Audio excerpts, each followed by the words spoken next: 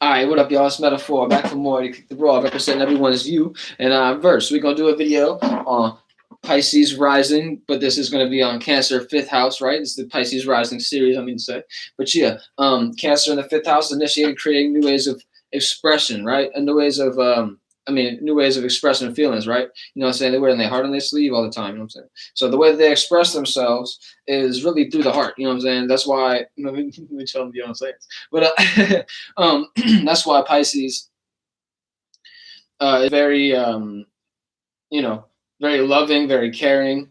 Tends to be, sometimes in the illusion realm with how much they care. You know what I mean? Like they be having a thought and feeling that you created, and they're kind of harboring on it and holding it for you and holding space for it, and they adding more water to it. Ooh, it get interesting.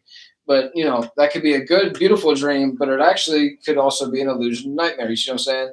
Because you're thinking and feeling about it so much that it's accumulating more, and it's like some of these things that you're feeling and thinking may not even be in reality because it's like from another space. It's somebody else's space, and it's not actually your space. So here it's don't initiate and create new ways of feeling for others, but initiate and create new ways for feeling for yourself and the way you express yourself. So to say that Cancer really don't have an issue not expressing their true feelings. But what I'm saying here is don't always be looking to someone else's emotions and want to attach that water to theirs and be real cardinal and hold on to the motherfucker. You know what I mean? You want to express your dreams as as your personality. It's like for here, you're kind of entwined with everybody. It's just how it is. Pisces rising is going to be able to speak with everybody, going to be able to relate with everybody. It's going to be a beautiful, Venusian exalted experience. So, like to say that Venus is exalted in Pisces, right? Yeah, I think that the key here is really just don't get attached to others. You know what I'm saying? Figure out where you want to express your dreams and the feeling that you actually love the most. That initiating, creating new ways of feeling for yourself on the stage. Like, say to say that maybe like to say Kevin Hart is a Cancer, right? And to say when he's on the stage, he wants to have some comic relief. I'm not saying that I watch Kevin Hart all the time or nothing like that. I'm just naming an individual, right? And he's a Cancer, right? To say that he's going to initiate and create a new feeling if you're not feeling what he's like expressing right now. To say like um say he's doing the you gonna learn today. Maybe a motherfucker don't want to learn today. You're gonna be like, you have to kind of get a little bit more emotional. You gonna learn today, you know what I'm saying? Maybe do a little bit of happiness with it, you know what I'm saying? Or maybe even get a little bit super emotional to the point where that emotion is like, oh shit, like damn, maybe I should learn today. Maybe there's a reason why you feel like that. But yeah, this would be fifth house, and then you're in ninth house. To say that whenever you gain knowledge and wisdom, it's kind of behind the scenes. You know what I'm saying? That dark wisdom and knowledge that not everybody is really able to attain. It's like I say, Pisces in this other realm, like they are the three fish. People say they just two. No, if you ask me, they three, because you got the illusion fish, they got their reality fish, and they got they dream for those two to both be together, and that's where they should be residing. And just make sure that they have let me make my arm on the right one is fucked up. I can't actually bend it all the way. But yeah, they got their dream illusion fish and they got their reality fish, but then they come together and it's like, oh, as long as I can tie what's going to happen into this in this moment right now, then boom, what I'm saying? Pisces, that's where y'all got it. The meme with the Aquarius. I swear he an Aquarius. Everybody always say he an Aquarius. I'm with it. You know what I'm saying? That should be funny as hell to me. But I kind of lost where I was at. That was a bit of a tangent, just a joke thing. But yeah, I was speaking about the two Pisces fish. Saying being in the illusion and being able to, I was saying that if they know, then they're really tapped into that instead of being separated. Like maybe being more tapped into the feeling of the reality and more tapped into the feeling of the dream. To say that you could be in reality with someone else's dream, and then it's like kind of fucked up for right here. But if it's all you're genuine and all you, boom, straight. you know, it's not bad to mix and mingle with others, but it's like if they're not spiritual, it's kind of fucking you up because you Pisces. You know what I'm saying? You from a whole nother realm. Real shit. Like I think if you ask me, and if you ask probably more than just me, a couple of individuals, um, the signs below the horizon, like the signs 7 through 12, which would be Libra through Pisces, tend to be a bit more, you know, secretive and not so forthcoming. To say that usually whenever you meet a latter half of the zodiac first, you have no problem and you enjoy them, but actually after you get to know them, maybe not so much. But the beginning of the first 6 signs of the zodiac, to say when you first meet them, you don't really fuck with them because they be in their personal self and they're not, you know. I like to say that Aries is not going to act like somebody else. You know what I'm saying? That's just not going to happen. Um, and you know, you might have this initial way of seeing them, and then you know, they start to grow on you. You know, you realize kind of their nature. You're like, well, damn, they wasn't really trying to attack nobody. They were just being their personal self. You know what I mean? But the latter half of the zodiac tends to be more sociable and associative. You know, the beginning half of the zodiac tends to be more personal, and individual. Yeah. I'm actually getting close to the latter half of the zodiac. You know, I'm through the first 5 houses, which is good amount of videos. But yeah, holla back at me, you know what I'm saying? I'm gonna finish up this series probably within the next couple months. You know, we gonna move on to some new shit, maybe do some planets and all that kind of thing. But yeah, this is a tangent as well. Video pretty much over. The moon is on my moon right now, so I got my almost my lunar return. It's 27 degrees for the big degree, but the small degree is let me double check. I'm pretty sure it's 53, 27, 53. Yeah, it's 27:53, and right now, pretty sure it's like 27, 20 maybe. I'm gonna double check it because I can.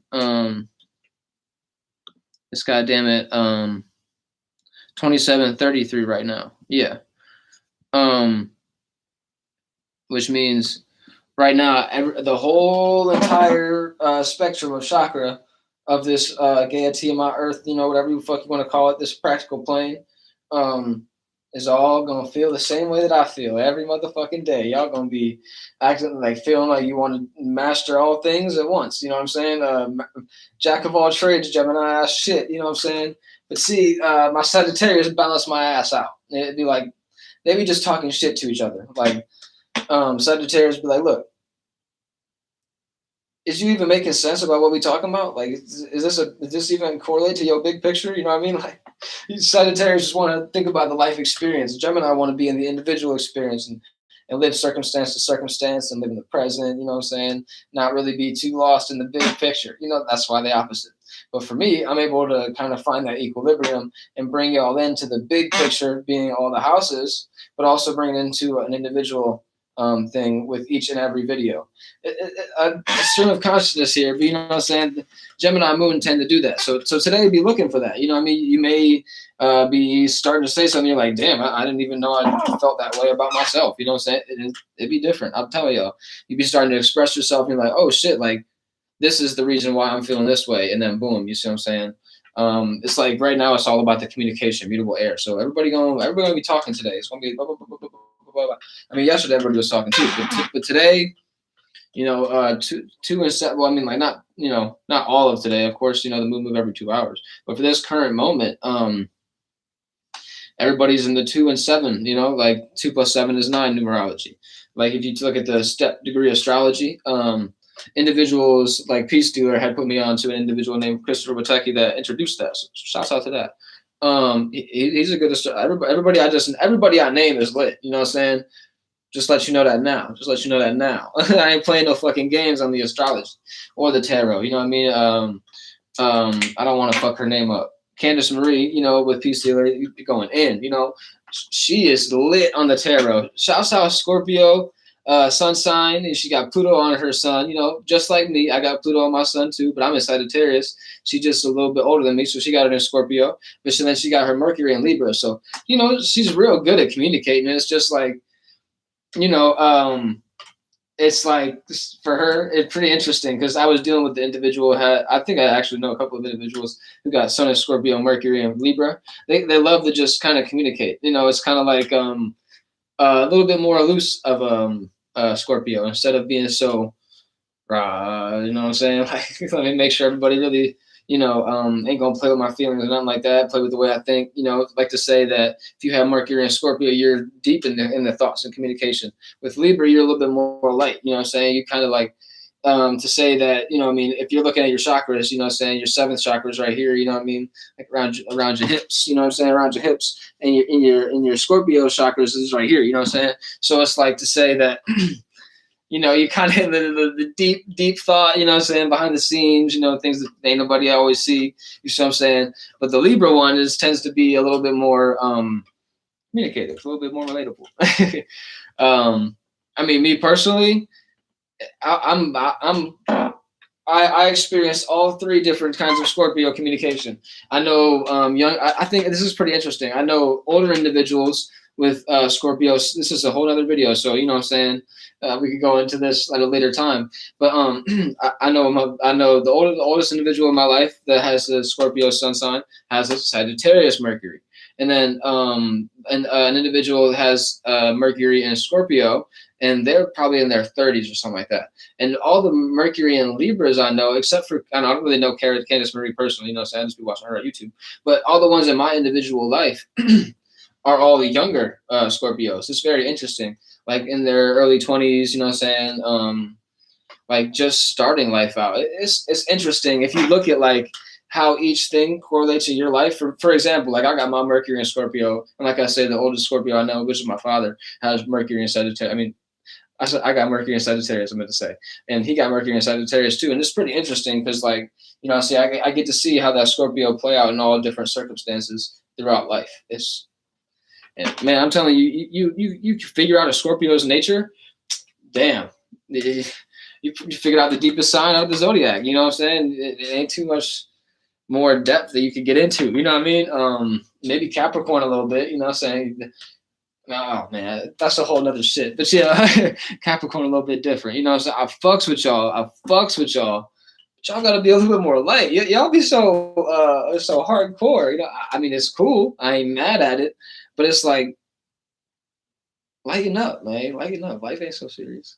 Yeah, I mean, shit. I'm speaking to the choir here right now. Got Jupiter and fucking Capricorn. My shit debilitated as hell.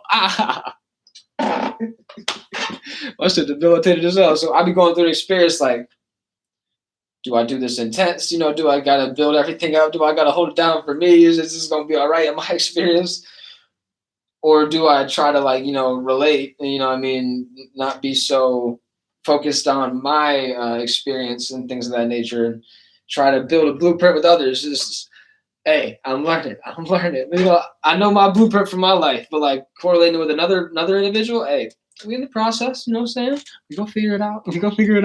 Spirit gonna get us right, real talk. But yeah, holla back at me, you know what I'm saying? Everyone's doing that first out.